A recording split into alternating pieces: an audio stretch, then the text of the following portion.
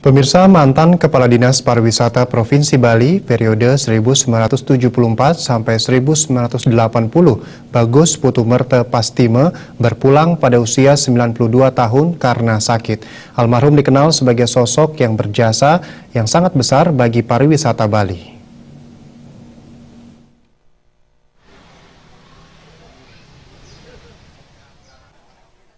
Menurut salah seorang anggota keluarga Dewa Made Juniarte Sastrawan, yang juga staf khusus Menteri Perhubungan Bidang Organisasi Internasional dan Negara India, sosok almarhum Bagus Putumerte Pastime merupakan seorang veteran yang setelah berjuang melanjutkan sekolah di Malang dan Yogyakarta.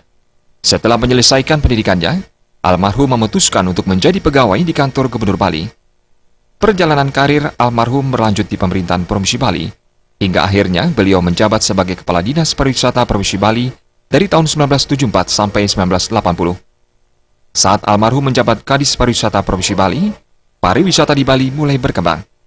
Sosok almarhum banyak memberikan sumbangsi terhadap perkembangan pariwisata di Bali, khususnya dalam pengembangan wisata budaya. Beliau pensiun pada tahun 1980. Dan mulai pada karirnya sebagai pegawai Pemda Provinsi Bali, beliau kemudian lama menjadi Kepala Dinas Pariwisata di Bali tahun 74 sampai 80. Pada saat itu pariwisata Bali mulai dikembangkan dan beliau banyak memberikan sumbangan terhadap perkembangan pariwisata Bali sampai ini, khususnya dalam pengembangan pariwisata budaya. Upacara pelebon dilaksanakan hari ini, 14 Maret 2016, di Setre Bantas, Kayumas. Dewa Made Juniarte Sastrawan mengatakan, di mata keluarga, almarhum dikenal sebagai sosok yang sangat disiplin. Anak dan cucu almarhum belajar banyak dari sosok beliau.